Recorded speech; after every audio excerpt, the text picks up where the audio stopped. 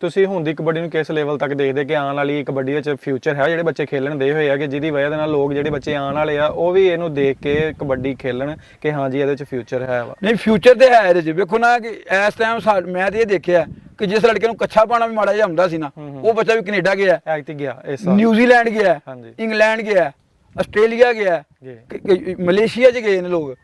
ਮੈਂ ਅੱਜ ਤੱਕ ਅਮਰੀਕਾ ਦੇ ਵਿੱਚ ਸਾਡੇ ਲੜਕੇ ਗਏ ਨੇ, ਖੇਲ ਰਹੇ ਕੋਈ ਖੇਲ ਰਹੇ ਹੈਗੀ। ਤੇ ਫਿਰ ਇਹ ਵੇਖੋ ਨਾ, ਮਾੜੇ ਘਰਾਂ ਲੜਕਾ ਸੀ ਤੇ 50 ਲੱਖ ਰੁਪਏ ਲੈ ਕੇ ਜਾਈਏ ਨਾ, ਸਾਨੂੰ ਉਹ ਕੈਨੇਡਾ ਦਾ ਵੀਜ਼ਾ ਨਹੀਂ ਦਿੰਦਾ।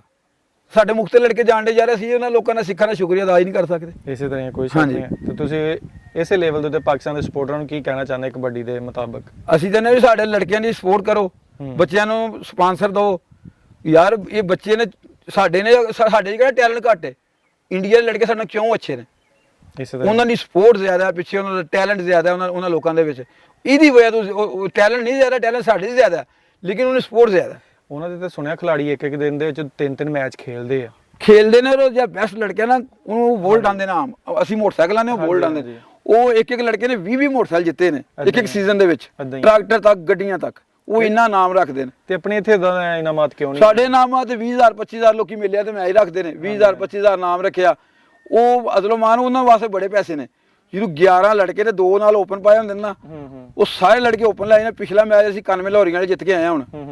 ਅਸੀਂ 36,000 ਰੁਪਇਆ 2 ਓਪਨਾਂ ਨੂੰ ਦਿੱਤਾ। 36,000 ਰੁਪਇਆ ਜ਼ੁਲਮਾਨ ਗੱਲ ਕਰਨੇ ਆ ਭੋਲੇ ਨੂੰ ਔਰ ਹਨਾਨੀ ਗੁੱਜਰ ਨੂੰ। ਦਰਮਿਆਨੀ ਲੈਵਲ ਦੇ ਲੜਕੇ ਵਾਲੇ ਬਹੁਤ ਵੱਡੇ ਨਹੀਂ ਸਨ।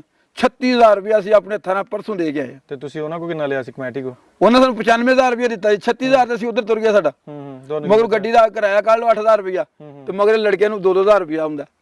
ਬਾਅਦ ਕੋਚ ਇਹ ਵੀ ਗੱਲ ਕਰਦੇ ਆ ਕਿ ਜੋ ਕਮੇਟੀ ਨੇ ਨਾਮ ਲਿਖਿਆ ਹੁੰਦਾ ਵਾ ਉਹ ਦਿੰਦੇ ਨਹੀਂ ਹੈਗੇ। ਲੜਕਿਆਂ ਨੂੰ ਇਹ ਪਤਾ ਹੁੰਦਾ ਕਿ ਨਾਮ ਅੰਨਾ ਵਾ, ਲੇਕਿਨ ਉਹ ਸਾਨੂੰ ਅੰਨਾ ਨਾਮ ਨਹੀਂ ਦਿੰਦੇ ਹੈਗੇ। ਨਹੀਂ, ਇਸ ਤਰ੍ਹਾਂ ਨਹੀਂ ਹੁੰਦਾ। ਉਹ ਜਿਹੜੀ ਕਮੇਟੀ ਨੂੰ ਇਸ ਤਰ੍ਹਾਂ ਕਰਦੀ ਕਿ ਸਾਨੂੰ ਪਹਿਲਾਂ ਮਿਲ ਲੈਂਦੀ ਏ, ਹੁਣ ਕਹਿੰਦੀ ਅਸੀਂ ਇੰਨਾ ਨਾਮ ਲਿਖਣਾ, ਲੇਕਿਨ ਤੁਹਾਨੂੰ ਅਸੀਂ ਇਹ ਦੇਣਾ। ਠੀਕ, ਤੁਸੀਂ ਆਪਣੇ ਮੁੰਡਿਆਂ ਨੂੰ ਪਹਿਲਾਂ ਇਨਫਾਰਮ? ਹਾਂ, ਅਸੀਂ ਕੰਪਰੋਮਾਈਜ਼ ਨਾ ਕਰਨੇ। ਇਸ ਤਰ੍ਹਾਂ ਨਹੀਂ ਹੁੰਦਾ ਕਿ ਕਮੇਟੀ ਲਿਖਦੇ ਤੇ ਸਾਨੂੰ ਨਾ ਦੇ ਵੀ। ਇਸ ਤਰ੍ਹਾਂ ਕਰੀ ਕਿਤੇ ਵੀ ਨਹੀਂ ਹੋਇਆ। ਨਹੀਂ।